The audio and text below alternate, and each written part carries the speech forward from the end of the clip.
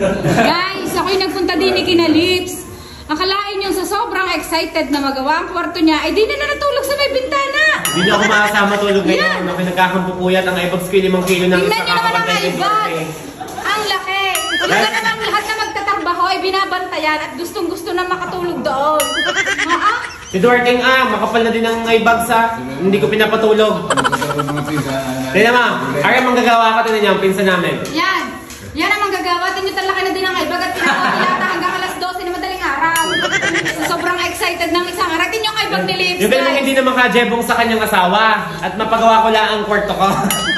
Guys, pinag-o-OT ng 2 oras ng gabi. Magaling talaga si Tom. Guys, sina niya update sa kanyang, wow, ang ganda na niya. Kaya naman pala, laki ko ng iBox niya. Hindi ka makakatulog. Oh, nakatiles pa yun. Hindi ba kita? Guys, nakatiles pa yung kanya.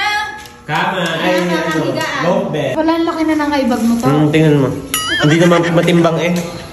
Guys, di na yan natulog. Akala niya sa sobrang excited. Nagkakaanayo na ako sa pagbabantay. Hindi na nakakakain ng tama sa oras. Guys, yung ganamang mapapatayo lang ng kaunti ang manggagawa ay antimano sisitahin. Hoy, tapusin nyo na. Hindi ko pinapaihi ang mga are hanggat hindi tapos. Guys, may UTI bago matapos ang taon. Guys, bago matapos ang kwarto ni Lips, may mga UTI ang manggagawa. Ha? Tingnan nyo guys, ang ganda na ng kanyang yun guys! Paano ka agad mapapatay pa? Pagkakatapos ng Halloween, may abot na agad na isang timba. Ay, timot may nakaabang na? Paano mapapaihi pa?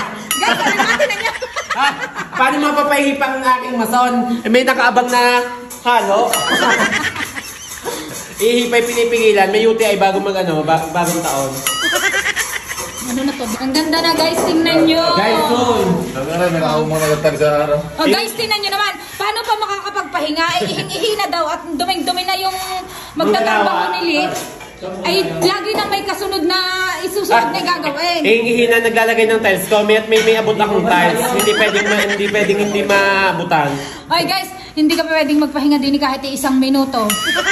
At yung isa, nakatakas, tingnan mo. Yun, nakatakas ang isa, nakaihi, hindi naman pinapaihi. Yun, bawas ang sahod niya.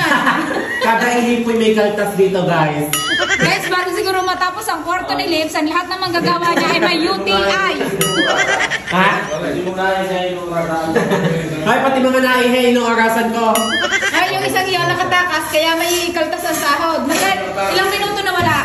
Depende sa minuto kung ilan ang kaltas. Eh, may ilang minuto na wala yun? 2.5 minutes. Magkano kaltas? 30. Ayun, natakas na mag-welding.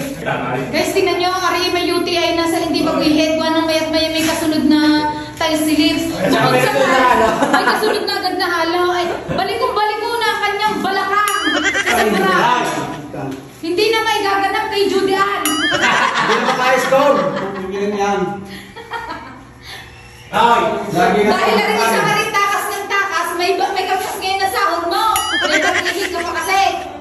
Ang mga maghahakot pa ng halo ay punong-puno bago maisalin Duarte doon ay may hika.